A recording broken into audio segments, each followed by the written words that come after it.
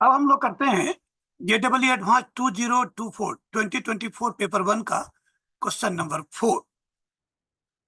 यह 2 dimensional geometry का question है, इलिप्स पर based. Consider the ellipse x² 9 + y² 9 = 1. Let S, whose coordinates are P and Q, be a point in the first quadrant such that P² 9 + Q² 4 is greater than 1. Two tangents are drawn from S to the ellipse, of which one meets the ellipse at one point of the minor axis and the other meets the ellipse at a point T in the fourth quadrant. Let R be the vertex of the ellipse with positive x coordinate and O be the center of the ellipse. If the area of the triangle ORT is 3/2, then which of the following options is correct? Option A, Q equals to P equals 3√3, Q equals to P equals 4√3, Q equals 1, P equals 5√3, and D, option D is Q equals 1, P equals 6√3. This is P. अब हम लोग इसको थोड़ा solve करने की कोशिश करते हैं। यह इलिप्स है, ये इक्वेशन देख लो, स्टैंडर्ड फॉर्म में है। अगर कोई पॉइंट x1 y1 इलिप्स के बाहर का है, इस इलिप्स के, तो कैसे उसको जानेंगे कि वो बाहर का है कि एलिप्स का है कि एलिप्स के अंदर का? तो x² 9 + y² 9 अगर ग्रेटर देन 1 है तो पॉइंट x1, y1 इलिप्स के बाहर का है। x² 9 + y² 9 is less than 1 हो तो वह पॉइंट जिसके कोऑर्डिनेट्स x1, y1 है वह इलिप्स के अंदर का है। और x² 9 + y² 9 इक्वल्स 1 हो तो वह पॉइंट जिसके कोऑर्डिनेट्स हैं x1 एंड y1 वह इलिप्स पर लाई कर रहा है, लाइंग ऑन द इलिप्स। यह स्टैंडर्ड रिजल्ट है। तो यहाँ इसने दे रखा है ऐसा, इसका मतलब P, Q कोऑर्डिनेट्स वाला जो पॉइंट S है वह इलिप्स के बाहर का है, वही मैं यहाँ लिख रहा हूँ। So this is greater than 1, S P, Q lie in the first quadrant outside the ellipse. First quadrant तो उसने बोल ही रखा है, हम लोग इस कंडीशन से पता चला कि वह इलिप्स के बाहर का है, इलिप्स का नहीं, लेकिन है फर्स्ट क्वाड्रेंट में। अब हम लोगों ने डायग्राम बना लिया है। कह रहा है कि एस से दो टेंजेंट ड्रॉ करते हैं इलिप्स पर। एक जा रहा है, एक जो है यहाँ, एक यहाँ टी से जा रहा है, ठीक है, एक यहाँ टी से जा रहा है, और दूसरा कह रहा है कि माइनर जो एक्सिस है, माइनर एक्सिस के दूसरा जो है माइनर, एक मिनट,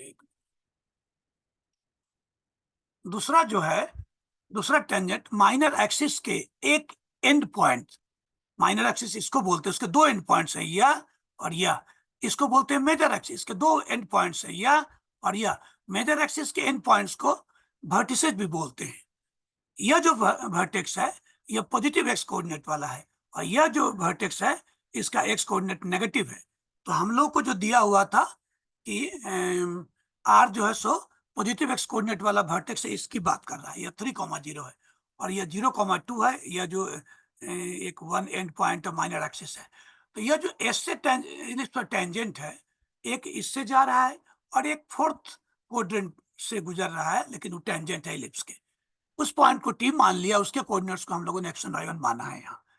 तो अब ये दोनों हैं यहाँ पर और यही p और q के वैल्यू निकालने हैं। वो हमारा सेंटर ऑफ द इलिप्स है और मैंने इसको भी लिख डाला है -3,0 और ये 3,0 0,2 और यह जो the other and point of minor axis है वो 0,-2 होगा। मैंने नहीं लिखा, उसकी जरूरत भी नहीं है। तो b यहाँ 0,2 और 3,0। Late t B x1 y1, इस t के कोऑर्डिनेट्स को हमने यहाँ मान लिया क्योंकि इस पर टेंजेंट का इक्वेशन भी लगाना है, जो हम लोग जानते हैं इलिप्स का कोई पॉइंट मालूम हो उस पॉइंट पर टेंजेंट का इक्वेशन क्या होता है, और इलिप्स का इक्वेशन है उसमें भी यूज कर सकते हैं, इसलिए इसको यह ले लिया।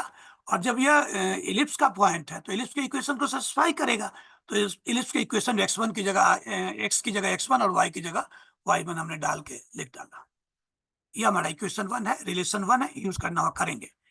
एस बी टेंजेंट है इलिप्स पर, लेकिन यह पास कर रहा है माइनर एक्सिस के एक एंड पॉइंट से।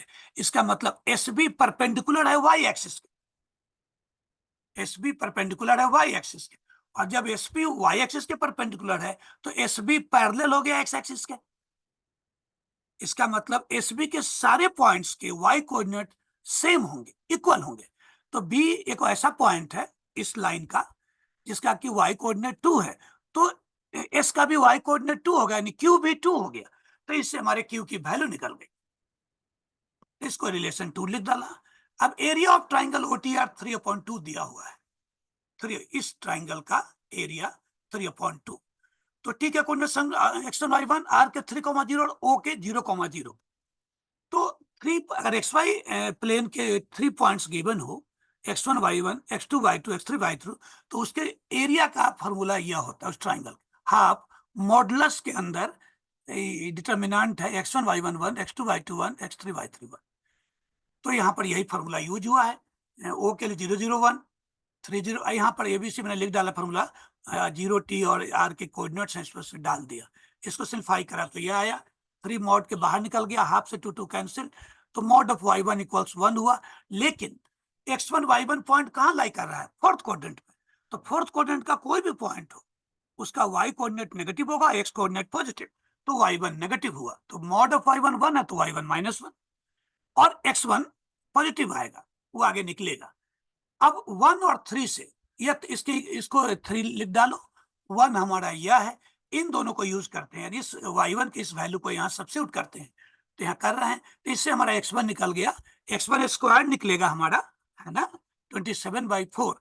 लेकिन हमने प्लस क्यों लिखा?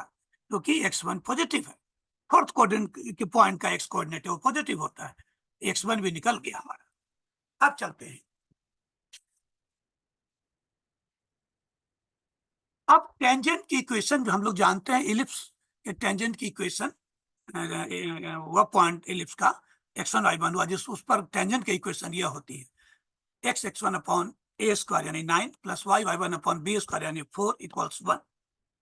अब हमारे पास x p है। अच्छा हाँ, और वह जो यह जो टेंजेंट है यह स्ट्रेट लाइन s से भी पास कर रही है, पॉइंट s, सॉरी, यह जो टेंजेंट है वो पॉइंट s जिसके कोऑर्डिनेट्स है p एंड q, उससे पास करे, तो p, q जो है वो इसको सेटिस्फाई करेगी, है ना।